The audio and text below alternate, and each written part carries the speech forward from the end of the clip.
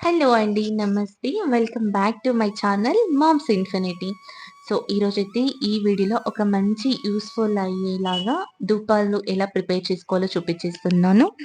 నేనైతే ఇంట్లో పూజకి వాడిన పూలతోనే ఇలా ధూపాలు చేసుకుంటాను. సో, మీరైతే ఫ్రెష్ ఫ్లవర్స్‌ని కూడా యూజ్ చేసుకోవచ్చు. బట్ నాకేంటంటే అనవసరంగా ఎలా ఉన్న చెట్ల మీద వేస్తాం. కొన్ని టైమ్స్ చెట్ల మీద వేయకపోయినా ఎత్తుకొని పోయి ఎక్కడో పారేస్తాం. అలా చేయకుండా ఇలా చేయడం బెస్ట్ అని నా ఫీలింగ్. సో, ఫ్లవర్స్‌ని ఇలా డ్రై చేసుకొని దాంట్లోకి డ్రైడ్ ఆరెంజ్ పీల్‌ని వేసుకున్నాను. సో, ఇవి 2 మంచిగా డ్రై అయిన తర్వాత ఒక మిక్సీ జార్‌లోకి వేసుకొని ఫైన్ పౌడర్ చేసుకున్నా. అండ్ తర్వాత దీంట్లోకి నేను ఇలా సాంబ్రాణిని గ్రాన్యూల్స్‌లా చేసి వేసుకుంటున్నా మిక్సీ జార్‌లో.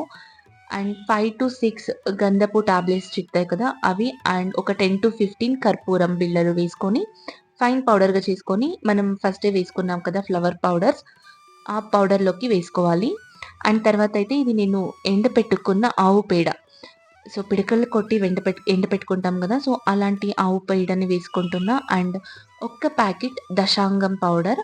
మనకు పూజా స్టోర్స్‌లో దొరుకుతది. నా దగ్గర ఇక్కడ జావది పౌడర్ లేదు. సో, నేను దాన్ని స్కిప్ చేస్తున్నా. అవైలబుల్ ఉంటే మీరు వేసుకోండి. అండ్ దీంట్లోకి కొంచెం ఆవు నెయ్యి and rose water, normal water ఇంత వేసుకొని మంచిగా ఒక ముద్దలాగా మిక్స్ చేసుకోవాలి.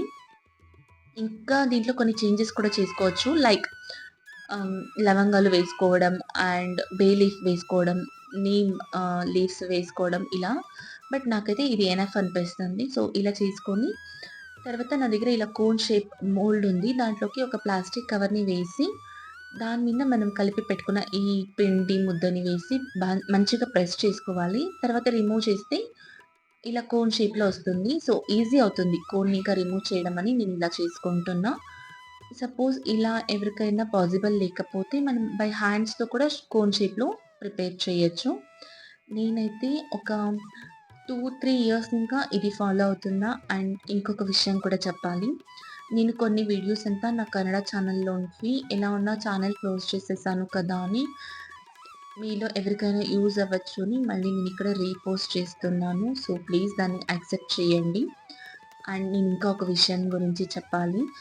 సో, నేను కొన్ని వీడియోస్ కన్నడలో చాలా యూజ్‌ఫుల్ గురించి చెప్పాను. మీలో ఎవరికైనా దాని గురించి ఇంట్రెస్ట్ ఉంటే నాకు కామెంట్‌లో చెప్తే నేను ఆ వీడియోని మళ్ళీ తెలుగులో ఇలా వాయిస్ ఓవర్ ఇచ్చి ఇక్కడ పోస్ట్ చేస్తాను.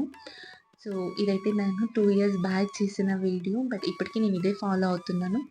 కానీ ఎందుకో నాకు మెమోరీస్ అలా పెట్టుకోవాలనిపించి మళ్ళీ ఇక్కడ పోస్ట్ చేస్తున్నా.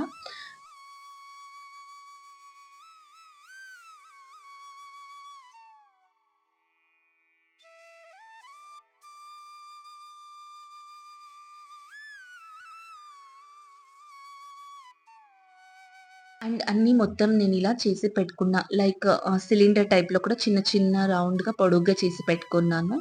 సో, ఇవి మొత్తం డ్రై అయిన తర్వాత మీన్స్ నాకొక 3-4 డేస్ పడింది మంచిగా డ్రై అవ్వడానికి.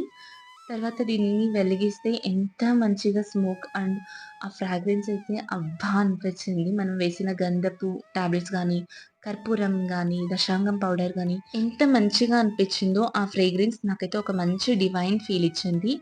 సో, నేనైతే మోస్ట్‌లీ ఈ ధూపాసే నేను ఇంట్లో వాడతా. అండ్ దేవుని గదిలో కూడా ఇవే పెట్టాను. ఇవి ఒక 3-4 మంత్స్ అయ్యే వరకు నేను పెట్టుకుంటా. అంటే ఎవ్రీడే ఒక ధూపం వెలిగిస్తాం గదా! నాకలా సరిపోతాయి. సో, ఈ థాట్ గనుక మీకు నచ్చితే మీరు కూడా ఒకసారి ట్రై చేసి ఎలా వచ్చిందని నాకు కామెంట్‌లో చెప్పండి. అండ్ వీడియోకి లైక్ చేయడం మర్చిపోవద్దు. ఛానెల్‌కి సబ్స్క్రైబ్ చేసుకోండి. Thank you so much for watching. మరొక మంచి వీడియోతో మీ ముందుకొస్తాను.